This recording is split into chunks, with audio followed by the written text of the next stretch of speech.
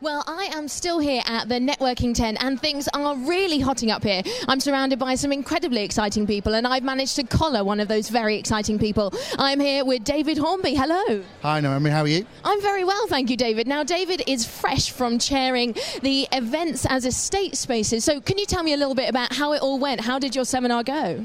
Yeah, it was excellent. We had a really good full panel. We had some great people.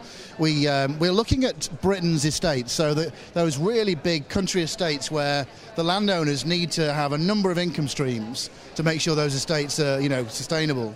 Events form a key part of those kind of income streams. So we had a really diverse panel. We had a group of people that ranged from James Weld, who runs the Lulwood estate where Camp Festival happens. That estate's been running events for generations now. So someone had a massive experience in using an estate for events.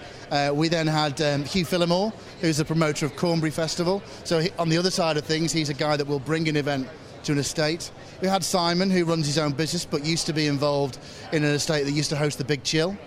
And then finally we had the person I'm involved with, a guy called Nick Ashley Cooper, who's actually the Earl of Shaftesbury, Lord Shaftesbury. Nick's had an estate now in the family for generations, but the estate house and grounds have never been open to the public. Wow. Never. And the estate has not, no one's lived on the estate since 1961. So this for Nick was really about understanding as a venue potentially for small events, large events. What should he be thinking about? And I think that you'll be talking to Nick in a few moments, but these unique spaces around Britain, these unique venues that allow us to not only access them but to enjoy our social time are amazing, and Britain has plenty of them. And it's so exciting at a time when lots of people are saying, oh, events, we don't have the money for doing all these things. You're opening up new venues and saying, look, we've got exciting things, come down, come see. We're creating brand new opportunities for tons of people. I think a lot of people say that, there are huge amounts of venues that are available, but I think, a lot of people talk about the festival market especially, saying that it's too much supply.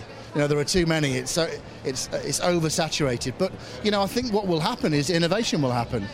Promoters and organisers will have to rethink what they do. They'll have to rethink the theme and the content of their events. So it won't just be music, it'll be music and food, or music and dance, or music and sport.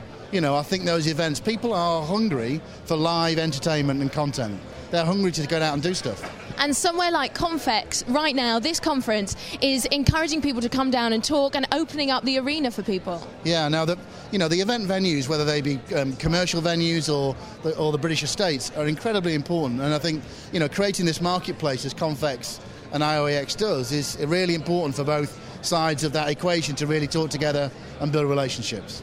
Well, you have been a fantastic, amazing speaker. But we're here right now and we are here at the networking event. So what would you say to people to get them to tell them to come right here, right now? Well, landowners are ultimately the people that can decide whether or not they want to host an event. It's their asset, it's their inventory. So, if you've got an event and you want to host it on an estate, come and meet the landowners here now.